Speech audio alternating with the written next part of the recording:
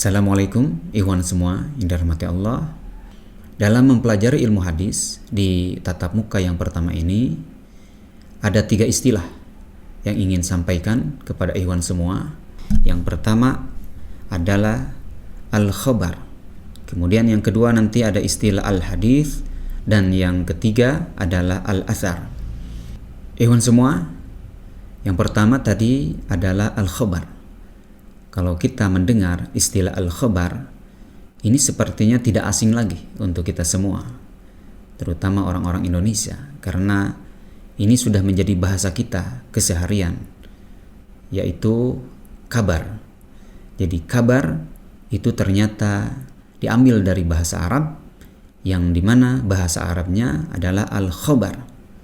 Oleh karena itu, berdasarkan pengertian ilmu hadis, al-khabar adalah sebuah berita yang disandarkan kepada Rasulullah SAW, atau mungkin juga berita ini disandarkan kepada sahabat Rasulullah atau para tabi'in, yaitu orang-orang muslim yang hidup di masa kedua sepeninggal Rasulullah SAW. Jadi mereka hanya sempat melihat para sahabat, namun tidak sempat melihat Rasulullah SAW. Nah, ikhwan semua, kembali pada definisi al-khabar. Jadi al-khabar adalah sebuah berita dari mana saja kita dapatkan, entah itu dari kitab, entah itu dari catatan, entah itu dari medsos, entah itu kita mendengar ceramah dari seorang ustadz di masjid, dalam majelis dan sebagainya. Kemudian mereka saat menyampaikan, menyandarkan berita itu kepada Rasulullah SAW atau para tabi'in atau para sahabat. Nah, ini istilah umum ya dalam ilmu hadis, istilahnya adalah al-khabar. Ini belum masuk pada tahap penilaian ikhwan semua. Jadi apa saja mereka menyandarkan kepada Rasulullah atau para sahabat atau para tabi'in, maka itu masuk pada definisi al-khabar. Nah, kita masuk pada istilah yang kedua. Nah, di sini yang kedua ini sering kita dengar, yaitu al-hadis. Jadi al-hadis kalau ini sudah spesifik, di mana sebuah berita ini disandarkan kepada Rasulullah SAW. Ini belum masuk kepada penilaian nanti hadisnya ketika disandarkan kepada Rasulullah apakah sahih atau dhaif, itu nanti pada tatap muka yang berikutnya, insya Allah. Jadi kita fokus pada istilah.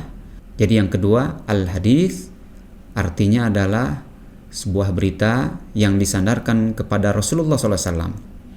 Nah, berita yang disandarkan kepada Rasulullah SAW ini ada mencapai 4 jenis. Yang pertama, itu jenis berita yang disandarkan kepada Rasulullah, itu bisa berupa ucapan, di mana ini disebut atau dikenal dengan hadis qauli. Jadi hadis yang isi berita tersebut ada ucapan Rasulullah SAW. Sekali lagi, ini belum masuk pada penilaian. Kemudian yang kedua, al-hadis al-fi'li. Jadi sebuah berita yang disandarkan kepada Rasulullah yang di dalamnya tanpa ada ucapan Rasulullah. Jadi narasinya hanya narasi dari sahabat mungkin, atau narasi berita ini dari tabi'in, yang dimana dalam berita itu menggambarkan atau menceritakan kondisi Rasulullah SAW.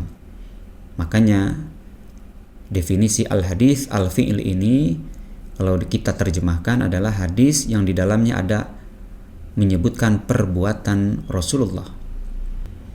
Kemudian yang ketiga ada istilah at-takriri. At-takriri ini adalah persetujuan, di mana dalam hadis ini, berita yang disandarkan kepada Rasulullah ini ada perbuatan sahabat, yang dimana perbuatan sahabat ini oleh Rasulullah disetujui. Jadi Rasulullah dalam berita ini tidak bersabda, atau Rasulullah dalam berita ini, dalam hadis ini tidak berbuat, tapi dalam hadis ini ada perbuatan sahabat yang belum pernah Rasulullah lakukan dan belum pernah juga Rasulullah sampaikan atau perintahkan, namun perbuatan ini disetujui oleh Rasulullah. Nah, apabila ada berita seperti ini, maka jenis hadis ini adalah al-hadis at-takriri. Kemudian ikhwan semua, ada jenis yang keempat yaitu al-wasfi. Jadi al-hadis al-wasfi ini kalau kita terjemahkan adalah sifat, di mana dalam hadis ini, berita ini yang disandarkan kepada Rasulullah, ada salah seorang sahabat yang menjabarkan sifat-sifat Rasulullah SAW dalam bentuk fisiknya. Entah itu bagaimana Rasulullah SAW ketika berdiri, pada saat berjalan, pada saat tersenyum, bagaimana rambutnya, dan sebagainya. Nah, inilah istilah yang kedua, ya. Yang pertama tadi al-khobar, yang kedua adalah al-hadis, di mana al-hadis ada 4 istilah atau 4 jenis. Yang pertama al-hadis al-qauli, yakni hadis yang di dalamnya ada sabda Rasulullah. Kemudian al-hadis fi'li, yang di mana dalam hadis ini ada perbuatan Rasulullah. Yang ketiga ada al-hadis takriri, yang di dalamnya bukan sabda Rasulullah dan juga bukan perbuatan Rasulullah, tapi hanya perbuatan sahabat tapi disetujui oleh Rasulullah. Kemudian yang keempat ada jenis al-hadis wasfi. Ini jenis al-hadis al-wasfi ini agak jarang, ya, dalam beberapa literatur hadisnya. Namun beberapa hadis ada sebagian sahabat menyebutkan bagaimana wujud fisik Rasulullah, bagaimana Rasulullah pada saat berjalan, bagaimana pada saat Rasulullah SAW tersenyum, dan juga menyebutkan bagaimana rambutnya Rasulullah, bagaimana tingginya Rasulullah SAW. Nah, kemudian yang ketiga, ikhwan semua, ada istilah al-athar. Nah, adapun al-athar adalah sebuah berita yang sandarannya berujung hanya sampai pada sahabat. Jadi tidak sampai kepada Rasulullah.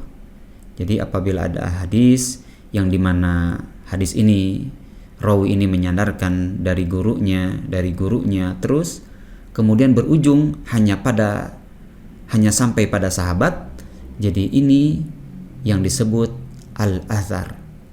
Jadi al-athar ini berujung hanya pada sahabat, atau mungkin berujung hanya pada tabi'in atau pada tabi'un tabi'in.